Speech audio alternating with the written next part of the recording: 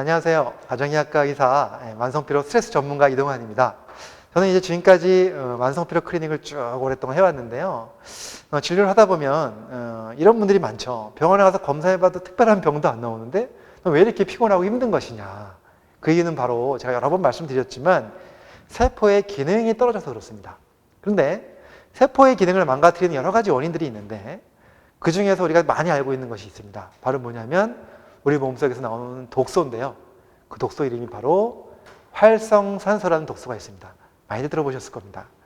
어떤 분들은 활성산소 이야기를 들으면요, 이것이 좋은 물질로 아시고 계신 분들이 있어요. 왜냐하면 이름 자체가 좀 헷갈리죠. 활성이라는 단어도 굉장히 좋은 단어 같고 산소도 좋은 단어 같아요. 그래서 합쳐놓으면 되게 좋은 거 아닌가 생각하시는데 사실은 굉장히 불안정한 물질이고요. 이것들은 어떻게 우리 몸을 망가뜨리냐면 세포 안으로 들어가서 세포벽 또는 세포막 이런 데서요 여러 가지 그 세포의 벽들을 망가뜨립니다. DNA에도 손상을 주고요. 즉 산화시킨다고 얘기합니다. 이런 것들을. 그래서 세포를 산화시킨다고 얘기하는데 이 산화라는 단어는 다른 말로 표현하면 쉽게 표현하면 녹슬게 만든다라고 봅니다. 그래서 활성산소가 우리 몸에 많을수록 우리 세포는 산화가 되고 또 많은 물질들이 산화가 되면서 점점 몸이 나빠지게 되는 것이죠. 그래서 이 산화되는 것을 막아주는 물질이 바로 뭐냐면 앞에 항자를 붙여가지고 항산화 물질 또는 항산화제라고 얘기를 합니다. 많이들 들어보셨죠? 이 항산화제는 굉장히 다양한 물질이 있습니다. 우리가 흔히 알고 있는 비타민 C도 항산화 물질 중에 하나고요. 그 다음에 비타민 A도 마찬가지고 또는 여러 가지 그 미네랄들 있죠. 셀레늄 같은 것도 다 항산화 물질입니다. 그런데 이러한 비타민, 미네랄 이런 것들은 사실은 몸에서 만들어지는 건 아니고요. 밖에서 우리가 음식을 통해서 섭취해야만 이런 항산화 물질들을 우리 몸에서 활동을 할 수가 있습니다. 그런데 아주 특별하게 몸에서 만들어지는 아주 중요한 항산화 물질이 있습니다. 이 물질 이름은요, 바로 뭐냐면 여러분들 많이 들어보셨을 텐데 코엔자임 Q10입니다. 예, 많이 들어보셨죠? 옛날에는 이 코엔자임 Q10이 화장품에 많이 원료로 썼었어요. 그 이유는 바로 뭐냐면 피부 세포를 산화되는 걸 막아주기 때문에 그렇습니다. 그래서 노화를 예방해주고 여러 가지 우리 몸에 나쁜 독소를 제거해준다 해서 항산화 물질로 아주 대표적인 물질이 바로 코엔자임 Q10인데 이 코엔자임 Q10은 다른 물질과 다르게 몸에서 만들어진다는 것이죠. 그런데요, 문제는 뭐냐면 나이가 들수록 코엔자임 Q10 만들어지는 기능이 약해진다는 겁니다.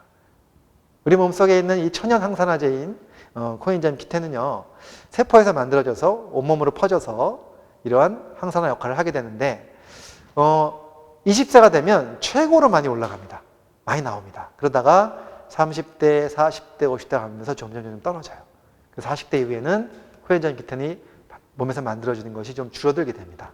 그래서 많은 학자들이 이런 코엔자임 Q10을 좀 더 많이 보충하면 좋겠다라고 얘기를 합니다. 노화가 되시는 분들한테는요. 그래서 음식 중에는 어떤 음식이 많이 들어있냐면 그 브로콜리 같은 이런 야채들에도 많이 들어있고요. 또 소고기 같은 육류에도 많이 들어있습니다.